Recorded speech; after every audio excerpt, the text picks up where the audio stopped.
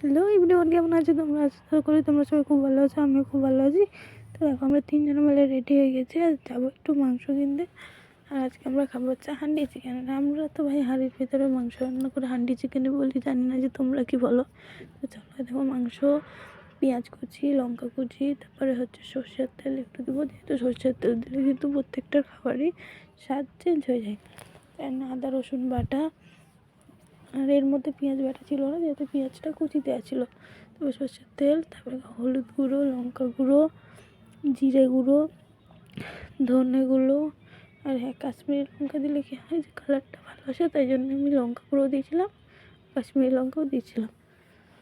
তারপরে দেওয়ার পরে এটাকে কী করতে হবে বলো তো? হ্যাঁ, গরম মশলা কিন্তু দেবা, গরম মশলা দিলে কী হয় স্বাদটা একটু ভালো আসে। তারপরে ভালো করে মাখিয়ে এটাকে কিছুক্ষণ ভালো করে মাখাতে হবে। তারপরে মাখিয়ে এটাতে ক্যাপসিকামগুলো সাজিয়ে সসটাকে উপর থেকে দিয়ে দেবো। হ্যাঁ, সস দিলে খাবারের টেস্ট পাল্টে যায়, তাই না, একটু সস দেওয়া। চলো দেখো গ্যাসে বসিয়ে, ও যা লাগছিলো না খেতে হেভি। তোমরা বলো তো যে তোমরা কে কে হান্ডি চিকেন খেয়েছো, কমেন্ট করে কিন্তু